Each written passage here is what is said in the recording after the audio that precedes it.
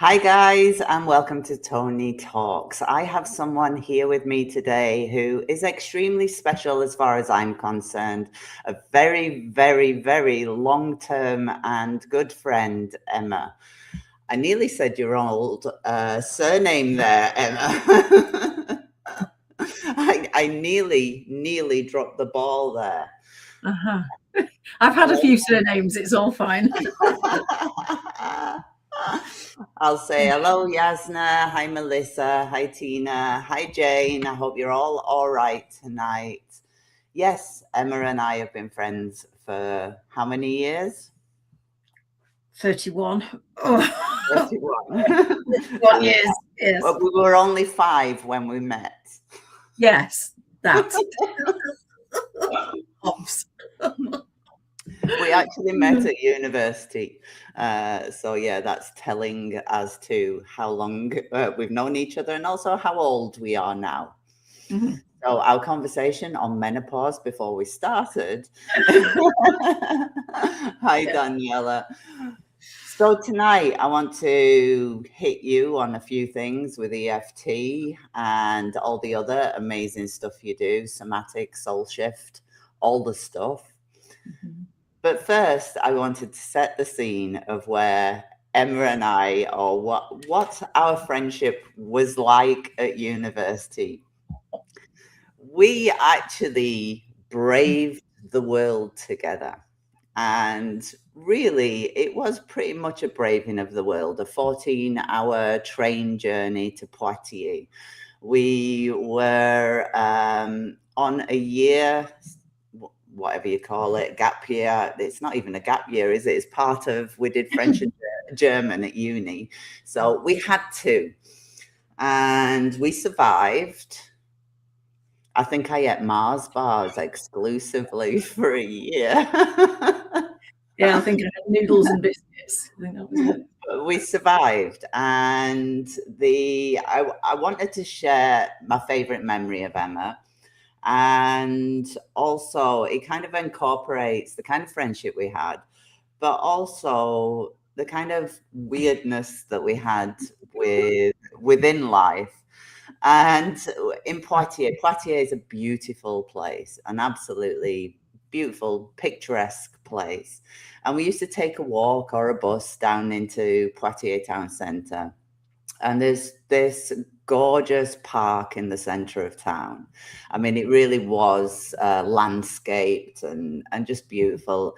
And we'd sit down on a park bench and we'd be looking at all the buildings in Poitiers, how beautiful they were. And we saw this one with a balcony. And one of us said, I can't even remember now who, one of us said, can you imagine living there? Well, I don't know how long we spent imagining that we lived there, but we also created characters for ourselves. Emma became Miss Johnny Penny, and I became Chicky Suave. And we lived in this apartment and we solved crimes, I think.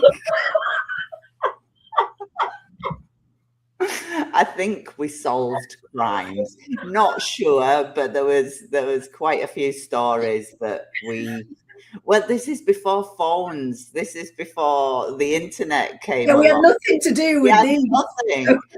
So we spent our times playing cards, didn't we, in the halls of residence and stuff, and making stories up. But the funniest thing is that Emma still has the email. Yes. Mr. Johnny Penny. Yeah. After all these, so it obviously had a place within you for all those years. Yeah. It did. And if anybody now, like, it, you know, like if you go to, I don't know, Dunelm and they go, have you got an email address for the receipt? And I go, no, because I can't be bothered to A, to spell it and B, to explain it, because people are like, what now? Why? Like, it's a spy thing. It's a James Bond thing, because I was obsessed with James Bond. And it's a long story. But yeah, 30 years or what, since the very first time you could have email. That was my email address. I still have it today. I've transferred That's it over. amazing. email, so I'm an email OG, which is really cool. But I kept it for exactly that reason, because it's really precious to me, because that's the memory that I remember that just completely encapsulates Poitiers and me and you and our friendship and the stupid stuff we used to get up to. Well, we did get up to stupid stuff, but it was all innocent, and it was all, you know, we talked about spirit a lot. We talked about weirdness, the sky, all kinds of things. So what made you weird? What made me weird? Baby, I was born this way. I'll say, yeah, I think I've always been weird. I think I've always been very different. I remember being like at school and always been the one on the periphery, you know, when people would pair up in groups and whatever, and I'd be like, hi, like nobby no mates, you know. I've always been seen as too serious, too sensitive, too whatever. And it wasn't. Well, you had those issues at uni as well. Not that you were outside, because you weren't outside by any stretch of the imagination, but you had your own anxieties within it. Absolutely. And it was anxieties that kicked in probably when I was 13, 14. So thanks, estrogen. And ever since that point, you know, it stayed with me in various guises and led me to do some stupid stuff and get into debt and all the rest of it, you know, trying to fix it, trying to feel better. And that actually, I'm kind of grateful for that, because that's why I came across EFT in the first place. And it was like one of them holy shit moments where you do something and you're like, oh, this is the thing. Like, and everything else just fell away. So I can't be pissed off about it, because it led me. What is the thing with EFT? I'm trying to distill it, is the thing. So it made my head be quiet inside. After all, I love that. Do you know what, Emma? That's what I teach. The most precious thing in life is when your thoughts are quiet. Yeah. That's amazing. I didn't know. Obviously, I don't use EFT myself. That's something you'll have to teach Jane and I. But I teach students all the time, especially with mediumship, anything spiritual. If you want to be your best spiritual self, just stop thinking. Yeah, and isn't that hard? Because this meat suit that we've been gifted is fabulous, and it's prehistoric still, almost, in a lot of ways. Very prehistoric. And then you look at these things and you've got all the notifications coming from these things and the telly and the multiple messages everywhere, and then conversations and partners and kids and dogs wanting a piece of you, and it's all like, ugh. And when you are, I guess, an anxious demeanor anyway, and you struggle with regulating your own thoughts and your own emotions, and that downward, you know, spiral that we can very easily get in. I got to the stage where I just nothing was working. I tried counseling, I've tried antidepressants, I've tried all sorts of things. I've tried ignoring it, I've tried spending money on it, I've tried getting drunk, I've tried everything, you name it, I've tried it almost. And EFT was the only thing where literally within the first 90 seconds of doing it, I was like, And why do you think that is? Do you think it's because it is a very physical representation, you know, something tangible that takes your thoughts because you're focusing on actually the tapping itself? I think that's part of it, but the way that EFT works is it's actually a lot deeper than that. So the way that EFT works is when you're thinking about something that is stressful, there is an originating emotion. So whatever's happening to you, if it's stressful in the moment, usually it's because it reminds you of something in the past that happened that was awful. And when that happens, you trigger. And when you get when something happens in the past that becomes a trigger, your limbic system sears an emotion into the nervous system. And you have a little flash of a memory. So whenever you're in any way, shape or form, even slightly reminded of that thing in the past, a little flash of a memory comes up through the hippocampus, probably too fast for you to notice. And it zips down a neural pathway and it gives you that same feeling. That's what a trigger is. When you're tapping, that original emotion that was seared in is depotentiated. That means it's dissolved and unhooked. And that neural pathway is dissolved. So if you do it on all the elements of that triggering memory, it can't trigger you anymore because the neural pathways no longer exist. And that original emotion is dissolved. So the original emotion, is it dealt with? Yeah. So do you understand what that emotion was at that moment in If you time? work with a skilled practitioner, yes. It's very, very easy to think that tapping on your face and using affirmations is going to solve things, and it doesn't. It will give you a shot of serotonin and dopamine, and it will help to reduce the cortisol in the moment, but it doesn't get to the root of the issue. And that's where I specialize. That's what all my trainings are about, like helping people to understand and follow the thread and find that originating thing. And it can be really obvious, and sometimes it needs a bit more digging, and that's okay. And there's ways to do it where you don't really even have to talk about it. Excuse me, I've developed a way where, because I'm all about minimizing re-traumatization, because God knows we've got enough of that in life, right? So I work in a really safe way. But yeah, and so that's what it was. It doesn't just calm the cortisol that's been pumped out when you're in a stress response, when you're in the moment, if you're panicking, or if you're being triggered about something, or if you're thinking about something in the future that you're anticipating is going to be shit. It's the same difference. The brain doesn't care and it doesn't know. It's the same difference. It's a stress response, and it still reduces cortisol and adrenaline and then sends out calming hormones instead. That's like the EFT sigh. That's like the bit where you pull the plug out of the wall and your body goes, oh, thank God for that. Well, it's like breaking the cycle of behavior. I mean, a lot of people will work with CBT, for example, which is working with your behavioral, but also the cognitive behind it, the thought patterns behind those emotions, or the emotions behind the thought pattern. There's that cycle that we get into when that second that a trigger hits, we get caught in that cycle of thinking about it loads and feeling it loads, which doesn't help us actually work through it, because we're too busy in, like you say, that fight or flight situation. What do you do then? So it sounds like EFT has quite a bit of science behind it, which is up my street. Yeah. And the thing is, I always say to people, and I could literally talk for hours about this, so I won't. I'll keep it very simple. But basically, if you're talking about anything that's stressing you or triggering you, you need to be tapping, because even with CBT, if you're thinking about the thought patterns and the emotions, there's no depotentiation and there's no neural plasticity going on there. So if you're doing any kind of top-down approach, counseling, talk therapy, CBT, there needs to be a somatic and regulatory. And I agree with the somatic, and I've recently been teaching when we are reading. I've been doing a card coach certification, and I've been teaching the difference between using kind of somatic questioning, dealing with the somatic side of life, rather than just saying, this is going to happen and then leaving them to it. It's more of a getting into what that is and how we work with that. Yeah, it's so important.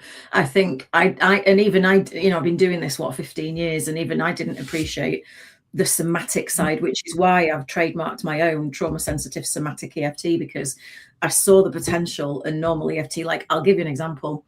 Old school EFT, don't get me wrong, I love it and it works. But when you ask somebody to say, even though I've got all this shit going on, I deeply and completely love and accept myself, and there's a little no, I don't. Like, you open up a massive can of worms right there. So, we need to be very cognizant of the language that we use, of like attunement based language, so that we're not bristling all the parts that go, get stuffed. I don't believe that. Like, it's always going to be this way. Nothing's ever going to change, because whatever. It's a combination of that. It's a combination of interoception and titration and building capacity. Because honestly, Tony, I can't even tell you, and I used to be this way, I think we are trained. Well, I know we are. We're trained to live up here. Yep. We're trained to be, a lot of us, to live from the neck up, right? So it's very uncomfortable for a lot of people to even be in their bodies and feel their feelings, let alone connect the feelings to the emotions and feel safe enough to trek back that way and figure out what caused it in the first place, right? So, the old Abraham Lincoln quote of, If you give me 6 hours to fell a tree, I'll spend the first 5 sharpening the axe. That's what we do. And we do it with the creating of safety and capacity and tolerance, window of tolerance, so that when it comes time to actually start talking about it, you've built a massive amount of capacity there to go, I'm safe in the moment, I'm safe in my body, I'm not going to die if I go get a bit closer to this thing, you know. Yeah. Do you see a link between your spiritual self and EFT? So by doing the EFT, have you found that you are more spiritual on your journey? 110%. Yeah, 110%. Because I think so for me, the basis of tapping is you're actually honoring the truth of how you feel in any given moment. And then when you do that, it's almost like when you can unhook from the past and all of the layers of stuff that keep us down and keep us, you know, blinkered and head down, ass up, just going about this normal 3D life, that's when you can open up to purpose, potential, intuition, creativity, and that connection. You know, I've always had a fascination anyway with the energetics. Like, I think you've known me. I think I've been having reflexology and chiropractic for even longer than I've known you, which is saying something. And I would go to an acupuncturist or a chiropractor first if there was something wrong with me, because or if I was having pain, whatever, because I believe in the energetics. And I think that the more you get into your body and the more you develop your interoception and your somatic literacy and awareness, you can almost feel when there's blockages in certain places. You get really sensitively attuned to what's going on in your energy field. I can literally walk into a room now and I can feel when someone's pissed off. They don't, even if they're smiling, they don't have to say anything. And I think that's because I've worked so hard on feeling grounded, yes, but also feeling connected. But you need to get the human stuff out of the way first. And that's where EFT is so powerful. It's calming this thing down, getting this out of the way so that you can achieve a connection. My belief system is that as human beings, we have our emotional self, we have our conscious self, we obviously have the physical, but we also have the superconscious, what we call the higher self, or that connection to everything. And the way we teach mediumship is that by understanding the emotional self, fully understanding the emotional self, fully understanding the conscious self, means that they can work in harmony as they should with one another, which means the higher self or the superconscious self can then pass those through without those past triggers that we're talking about actually coming up with us. So I believe that it's really important to marry or understand ourselves fully at the emotional and conscious level so that we can be our best spiritual self. So that's why I asked the question on spirituality. Yeah, I think it's really important. And I think more and more people now, especially now in the face, without getting political, of what's going on in the world, I think more and more people are waking up and getting in contact with that side of themselves, and good, because we need it. Now's the time. Absolutely. You know. So what advice would you give someone with EFT to begin with? A really easy way to get started is obviously grab a freebie that shows you the tapping points and all of the rest of it. But even if you only pick one place to tap, and an easy place is either the side of your hand, doesn't matter which one, or underneath your collarbones. And the next best thing to working with a practitioner for me is if you journal how you feel about another issue, and then read it out while you're tapping on just one focused point. This is a good one because all the meridians run through here, which means you're hitting all the potential emotional blockages and ins and outs.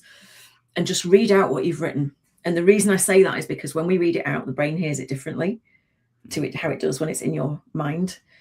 And it creates that flash of the memory, the zip down the thing, and the trigger, right?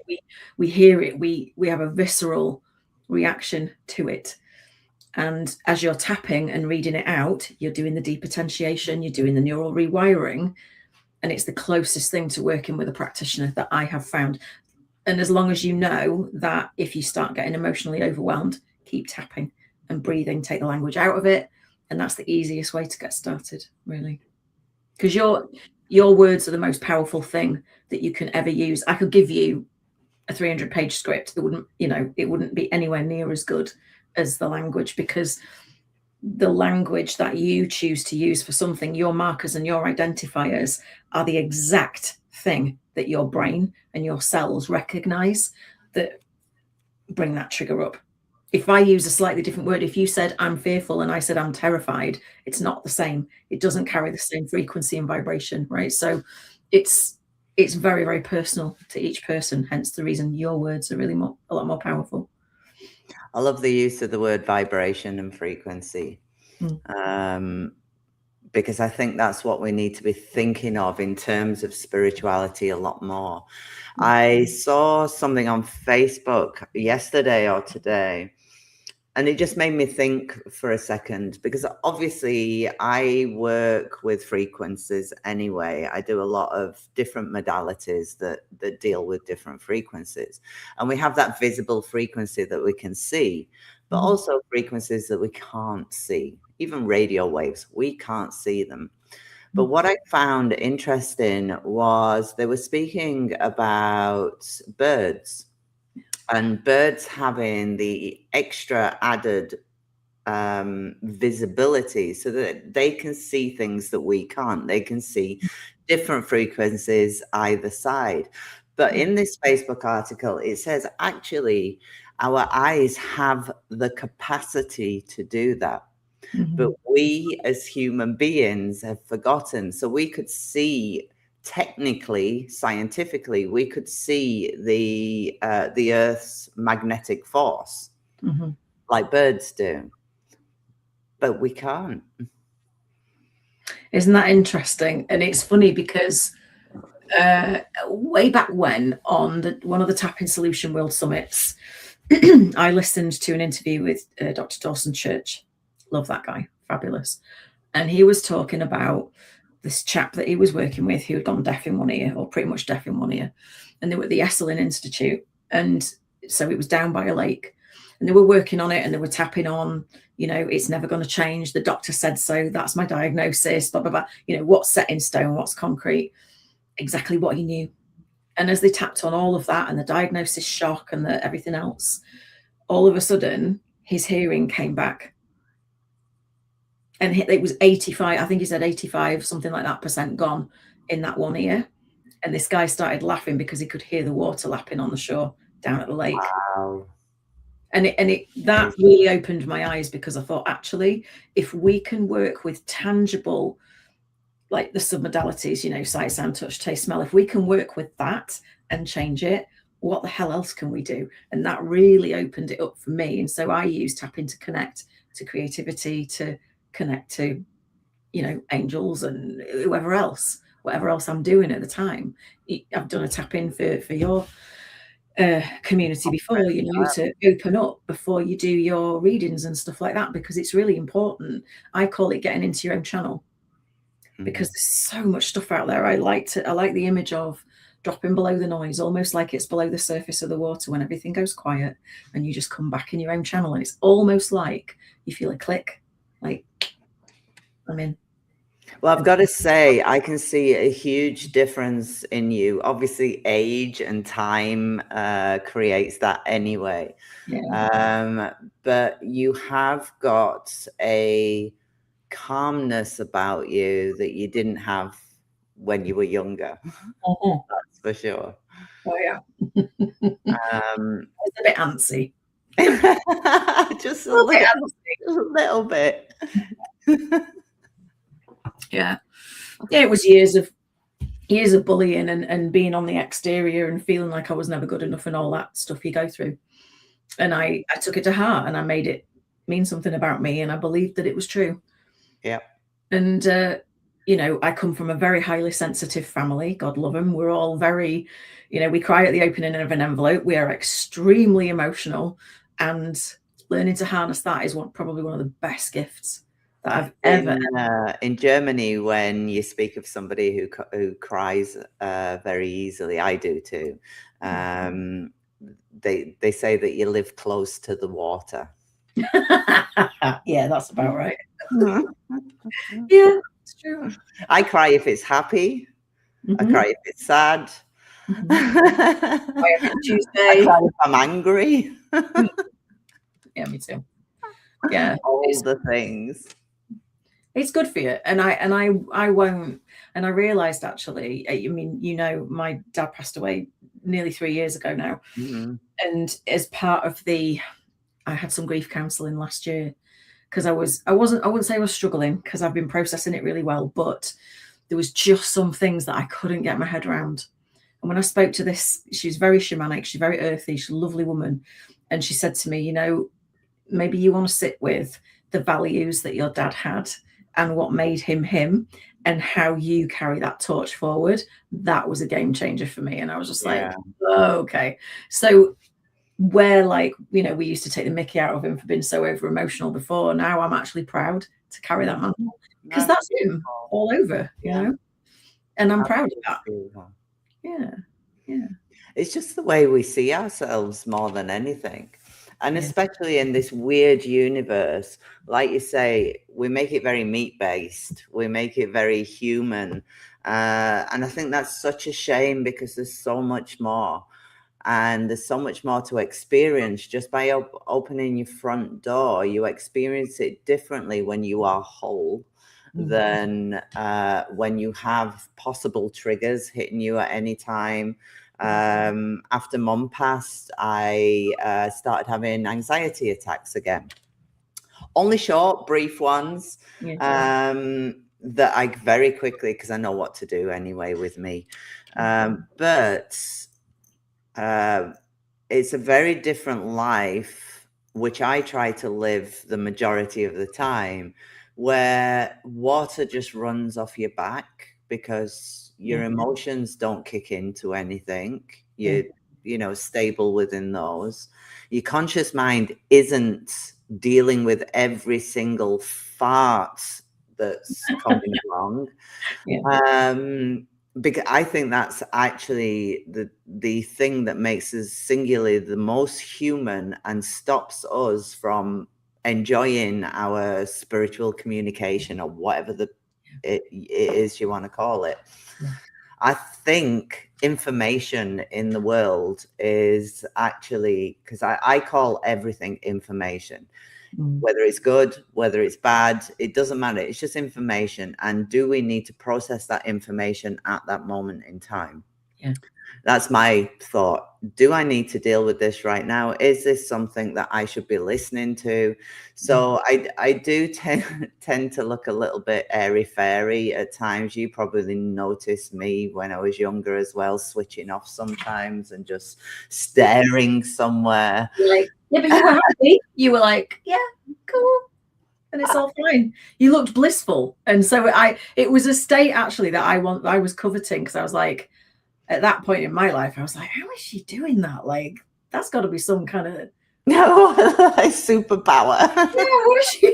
Where'd you learn to do that? Because I had no idea what it felt like at that time to be able to be so present in the duality of everything and just be like, okay, and I'm still okay, right? And that's, as far as I'm concerned, that is our only job at the minute as a human, is to learn how to deal with, handle, sit in and process, or not, the emotions and the energy and the vibration and the frequency that's coming towards you, that's flowing in through and out of you, that you're having to deal with every day. Our only job should be to learn how to handle that. Because when you can do that, you become that calm in the storm. And when you can do that and your core signature vibration is solid and stable, you can co-regulate other people. And I think that's been a big lesson for me. I think if you can be the peace in the room, regardless of whoever's losing the shit or whatever, I think that is a bit of a superpower. And just to, I think we have to become more of an observer and less taking it on ourselves. Because, and I think what you said about energy and picking up other people's energy, I think when you're not whole, when you haven't dealt with your own stuff, I think you take those negative vibes and lower yourself a little bit within it. Get agitated within the environment of agitation, or get super, super elated and happy, because that's just as bad a stretch, because our emotions are still kicking in for, oh, this is amazing. Yeah, but we still need to actually, be in that center, which I can't do all the time, but I try my best to do as much as possible. But be in that center, then we're not as affected by what comes in. Absolutely. I mean, we're effectively, a shitload of grandfather clocks on the wall. We entrain with each other, don't we? And so if you're in a room full, it's very easy to entrain with somebody who is not vibrating at, at a level that you want to be. And so I think you have to have that stability in your own frequency to be able to stand apart from that if you need to, and be like, I think it's also you said how you can change the essence of others as well. So if we're being peace and light and whatever, calm, not even light, just at one with ourselves, then it kind of neutralizes all that anyway. Yeah. And it's funny because I used to, well, as you know, I used to get really pent up about other people and how they behaved and what they said. And everything meant something about me, because that's how I'd learned it, right? Everything either meant something good or bad about me or whatever. And when you learn that actually everybody's on their own journey, and if you can stay that stable force, life just becomes so much more joyful. And it's like, even when Dad died, people said to me, how are you back at work so soon? I was like, don't make the mistake of thinking that I'm not sad and I'm not crying about it when I'm not on camera. I am. And if I hadn't have done all the regulation work I'd done for the 12 years prior, I would still be in bed now with a box of hankies crying, right? But I would be too. You bounce back. It's your bounce back ability. That's, for me, what regulation really is. And I think that co-regulation piece, we need it so much right now. I agree. I agree. We need to heal the earth as well, because it's all a bit dodgy right now. Jane says, we all have our times and days where we take trips to Trigger City. Some days we lose ourselves as we drive around, and other times it's just passing through. Recognizing that is key for me. I love that. I love a good analogy. I'm going to remember that one. That's really nice. Because we're not robots. One thing about you at university that really, really, I remember it shocking me one day, because obviously I saw you as my friend. I didn't see, I didn't see you through the eyes as which you saw yourself. And I don't know where we were going, what we were doing, but you looked at me and you went, I'm fat. Oh, I looked at you, and you so weren't. I was 10 stone wet through, like, I wish somebody would have slapped me at that point. Where's she getting that from? Yeah. I know I was stick thin because I didn't eat anything but Mars bars for a year in France. But I think it was the first time I'd looked at you and I thought, she doesn't see herself the way that the outside world is seeing her. I never did. I didn't for a very, very long time. And I think, to be fair, I think a lot of girls have that. I did too. Yeah, but I was chubby from a young age, and there's a lot of reasons, which I won't bore everybody with now, but there's a lot of reasons for that led to me seeking solace in food at a very young age. And so I've always carried more weight. I'm overweight now, if you like, in that sense. But back then, when I thought I was fat and I was like, it's so the worst, because we all look back and we're all like svelte. And I'm like, dude, if I weighed like 2 stone more than that now, I would be like really, really happy. What is wrong with you? But again, the eyes that you see yourself with, it's your lens based on what you've been through, what you've been given to carry forward, programming and all of that. And the sheer lack of any iota of confidence that I had, it literally just makes me, in fact, I don't have it to hand now, but I will send you it later. My mum at Christmas sent me this picture that, do you remember the Forge, the first place I in lovely Pallion? Any Mackhams, please do not be offended, but my God. It was subsiding. The entire building was like, hooray! It's not there anymore, is it? I'm not surprised. I'm sure it's probably sunk by now. She sent me a picture of me walking down the hall, I think, and I was on, or I don't know, I was on the phone or something, and I just looked so sad, so sad all the time. Every picture of me, it was like I had no light on inside. You had a heaviness to you in that way.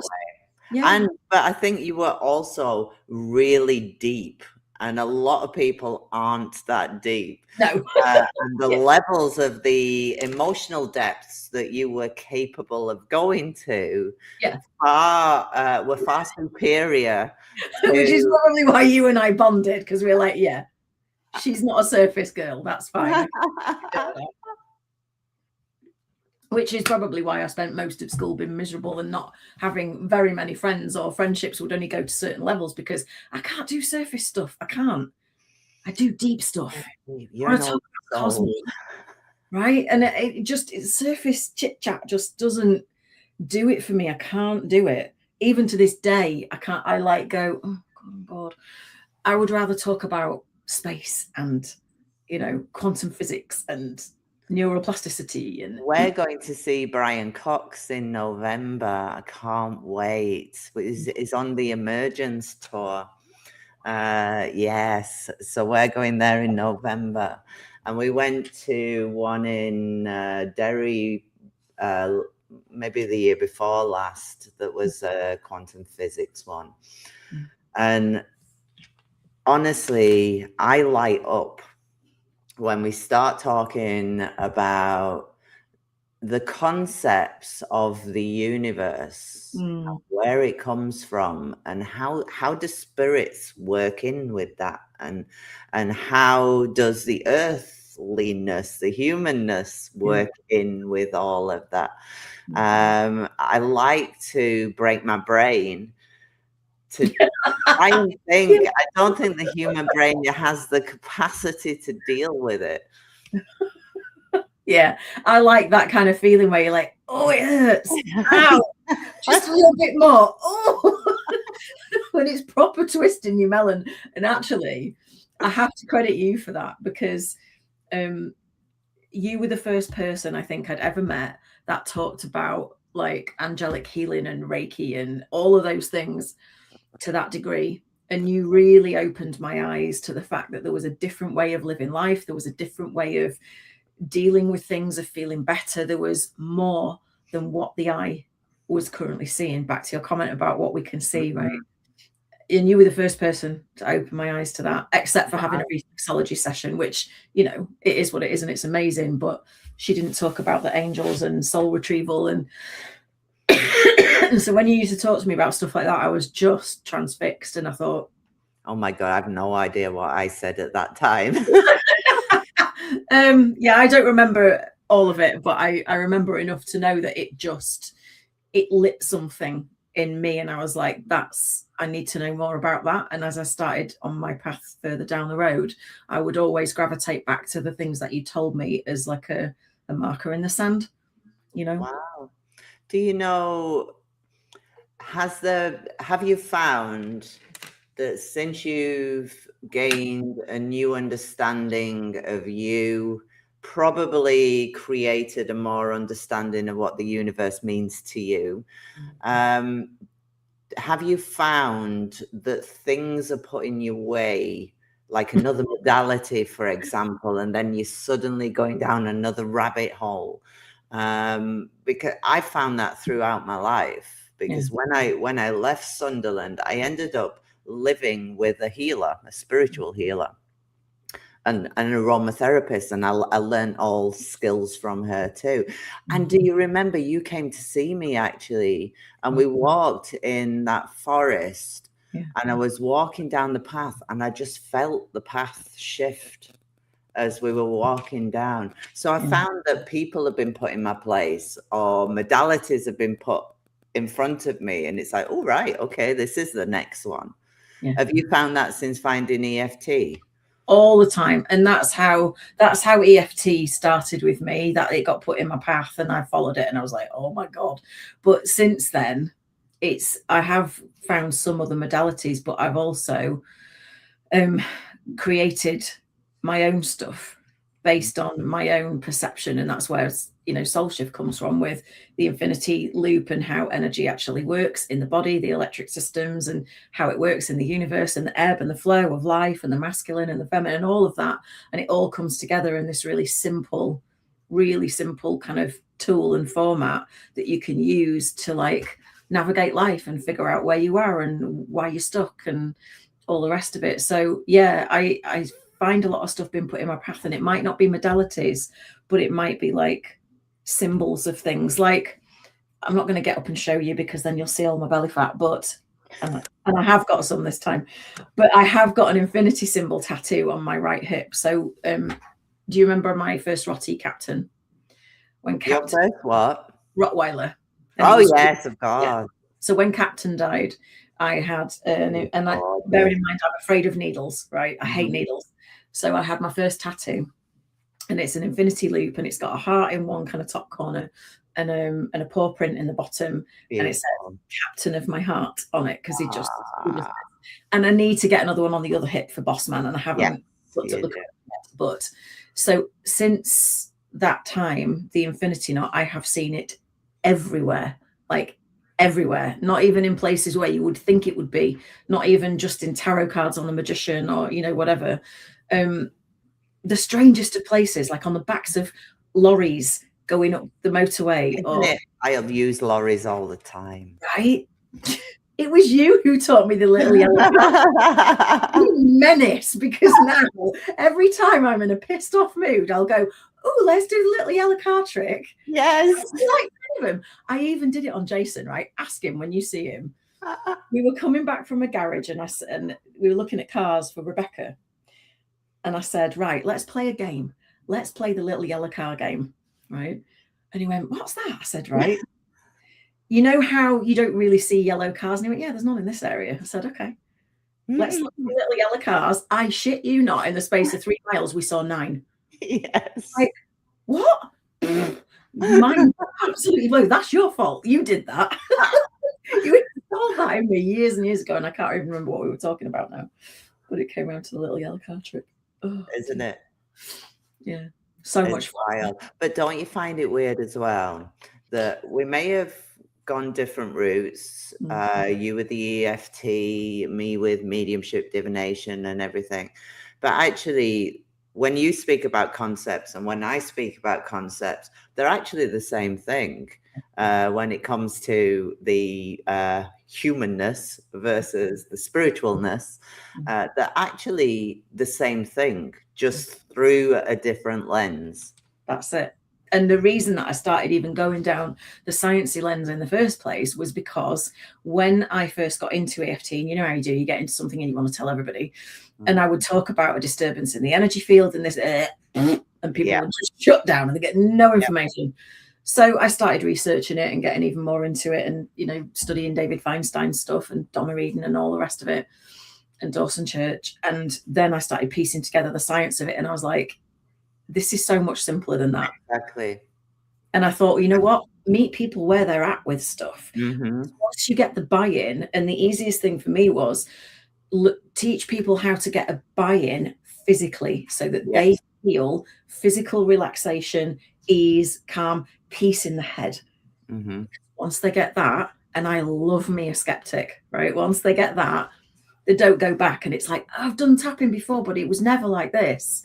No, because you need to understand it through the lens of what it really is, which is that your body is literally built for it. You've got an entire network and system of buttons you just have to press like a release valve. It's so simple. I've got one for you. Do you still speak German? I dream in German still. Yay! Apparently, I don't. I talk in my Dr. Stelzel. He speaks about frequencies a lot, but he also marries the science and spirituality together. He's the one that took me on a path of symbols. Okay. There's a whole healing system with symbols based upon science, yes, and spirituality. So it kind of explains concepts that otherwise, I think, I was always the person that says, well, I can't prove this. Mm. Do you know what I mean? I can do it with you and I know it works. Yeah. But I can't prove it. So I can't substantiate it in science. And then I found Dr. Stelzel, and he took me on the route of physics. And well, I was always into physics anyway, but down the lines of quantum physics and stuff. So all his books are in German. That's why I asked.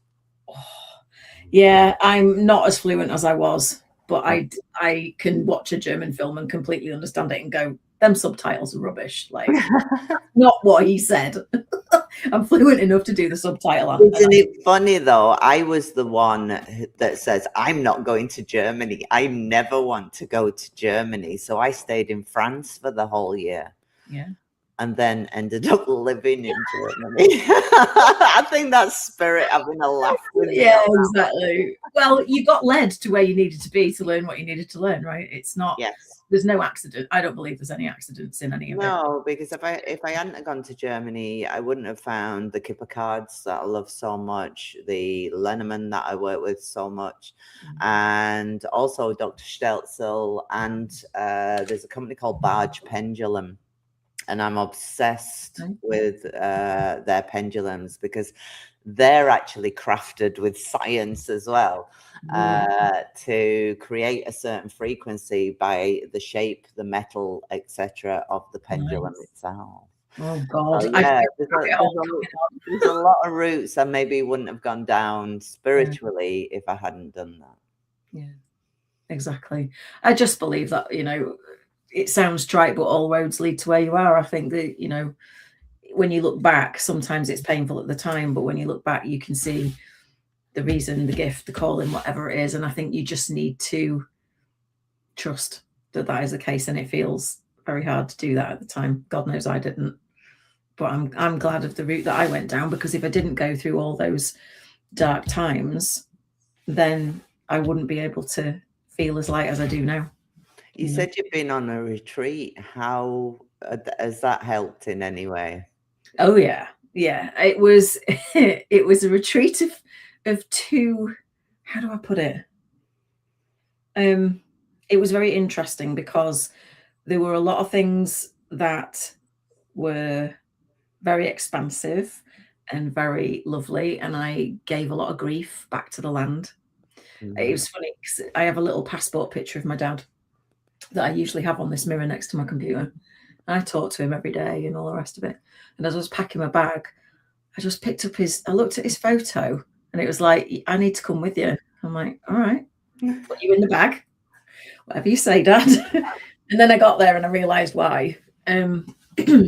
So it was good in that sense because I gave loads of grief back, dropped a lot of stuff, and I do feel a lot lighter. And there was also a really good opportunity for me to show the universe how tolerant and peaceful I can be in the face of triggers and stuff like that. So it was really interesting for me to kind of go, oh, I'm having a human moment, and then just relax, it's fine. And I had to use my own tools, and that was a really nice reminder. So yeah, it was a lot of fun, and Skye is utterly beautiful. It's like another world, So, I've never been to Skye. Oh, it's so good.